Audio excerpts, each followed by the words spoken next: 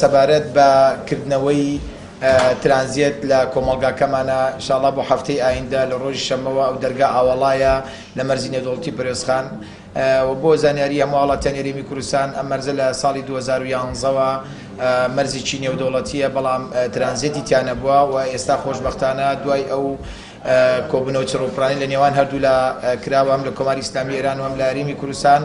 و تایبەت بە ئەو کۆنفرانسە گەورەی کە لە سێمانگی لەمە پێش لە هەولێر ئەنجام درا تایبەت بوو بە پەرەپێدانی ئاڵگۆڕی بازرگانی لە نێوان هەرێمی کوردستان و کۆماری ئیسلامی ئێرانە خۆشبەختانە توانرا لە پەروێزخان ئەو دەرئەنجامە پێکێک کە بەکردنەوەی 5 کاڵا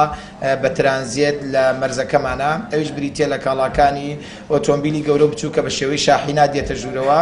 و مادی پلاسیکی کە پێکاتون لە تای ئۆتۆمبیل بە هەموو جۆرەکانیەوە و لەگەڵ برنج لەگەڵ ڕۆنی ڕۆیچیە ئەمە وەکو تێستێکە بۆی کە توانیمان لەم پرسە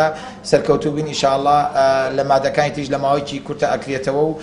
مەرزەکەمان بەرەو جموجڵێکی بازرگانی گەورە ئەڕوان. شۆفێرەکانی مەرزی نێودەوڵەتی پەروێزخان ڕەنگە پیان وا بێت کە ئیش و کاریان نامێنێ لێرەوە دڵنیایی ئەوانە دەمێت کە ئەو سارە و بارانەی کە دێن تایبەت بن بە بارانەی کە لە دەرەوەی ئێرانۆ دێن واتە پێشووتر چی ئیش و کارێکیانە بووە بۆ و کاڵانی کە ناو کۆماری ئیسلامی ئێرانە بووە هەمان کاڵا و هەمان ئیشی خوانەوە کە خۆی بەردەوامێنی دڵنیانە دێنەوە کارویشەکانی ئەوان ناوەستێت هەرگیز.